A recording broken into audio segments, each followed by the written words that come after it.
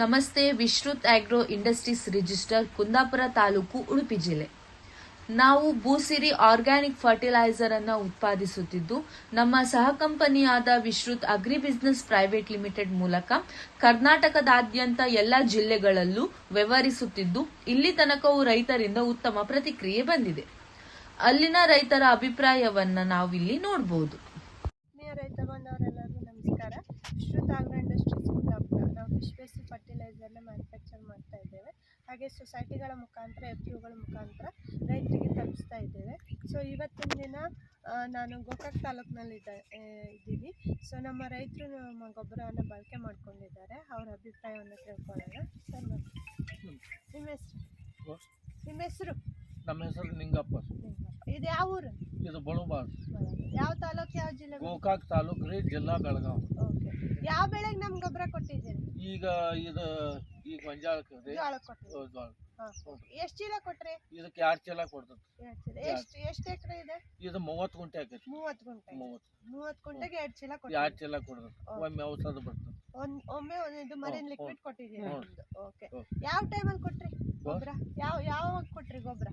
ಗೊಬ್ಬರ ಗುಳಿಗಿರೆ ಈಗ ಇದನ್ನು ಬಿತ್ತನೆ ಮಾಡುವಾಗ ಕೊಡ್ಬೇಕು. ಬಿತ್ತನೆ ಮಾಡಕ್ ಟೈಮ್ ಕೊಟ್ರಿ.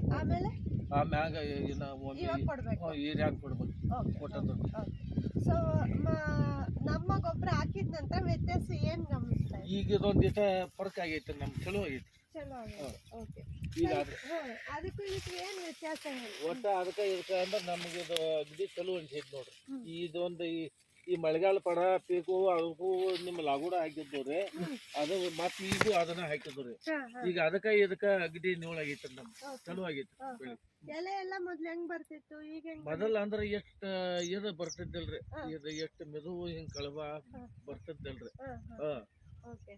ಮತ್ತೆ ನೀವು ಕೆಮಿಕಲ್ ಗೊಬ್ಬರ ಹಾಕ್ತಿದ್ರಲ್ಲ, ಏನಾದ್ರು ಕೆಂಪಾಯ್ತು ಅಂದ್ರೆ ಮತ್ತೆ ಯೂರಿಯಾ ಹಾಕೋದ್ರ ಮೇಲೆ ಹಸಿರು ಆಗ್ತಿತ್ತು. ಆದ್ರೆ ನಮ್ ಗೊಬ್ಬರ ಹಾಕಿದ್ರೆ ಆಗಿಲ್ಲ, ಹಸಿರಾಗೇ ಇದೆ ಬೆಳೆ. ಸೊ ಬೇರೆ ರೈತರಿಗೆ ಏನ್ ಹೇಳಕ್ ಇಷ್ಟಪಡ್ತೀರಿ? ಇದನ್ನ ಹಾಕ್ರಿಪ್ಪ, ಚಲೋ ಆಗೈತ್ರಿ ನಮಗರಿ.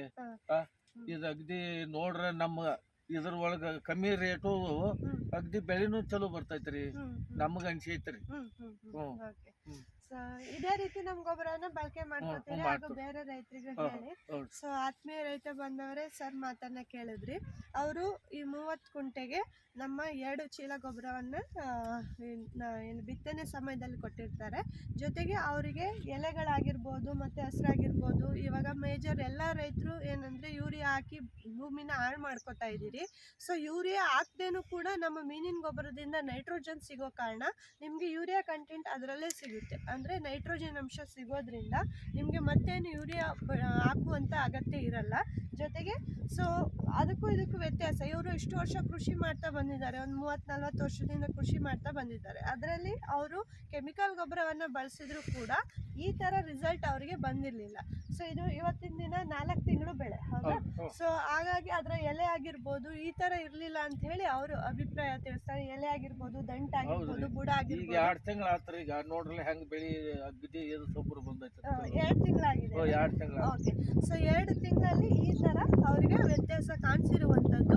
ಸೊ ಹಾಗಾಗಿ ಎಲ್ಲಾ ರೈತರು ಜೋಳಕ್ಕೆ ಮಾತ್ರ ಅಲ್ಲ, ಕಬ್ಬಿಗೆ ಮಾತ್ರ ಅಂತಲ್ಲ, ಯಾವುದೇ ಬೆಳೆಗಾದ್ರೂ ನೀವು ಅಗ್ರಿಕಲ್ಚರ್ ಬೆಳೆ ಆಗಿರ್ಬೋದು, ಆರ್ಟಿಕಲ್ಚರ್ ಬೆಳೆ ಆಗಿರ್ಬೋದು, ಸೊ ಅದಕ್ಕೆ ಹೂವಿನ ಗಿಡಗಳಾಗಿರ್ಬೋದು, ಹಣ್ಣು ತರಕಾರಿ ಎಲ್ಲ ಪ್ರತಿಯೊಂದು ಬೆಳೆಗೂ ಇದನ್ನ ಬಳಸ್ಕೊಳ್ಬೋದು. ಸೊ ಹಾಗಾಗಿ ಎಲ್ಲ ರೈತರು ಇದನ್ನ ಸದುಪಯೋಗ ಪಡಿಸ್ಕೊಂಡು ನೀವು ಹೆಚ್ಚಿನ ಇಳುವರಿ ತಗೊಳ್ಳಿ ಮತ್ತು ಭೂಮಿನೂ ಕೂಡ ಫಲವತ್ತತೆ ಮಾಡ್ಕೊಳ್ಳಿ ಅಂತ ಹೇಳಿ ನಾನು ಮಾತು ಮುಗಿಸ್ತಾ ಇದ್ದೀನಿ. ಧನ್ಯವಾದ.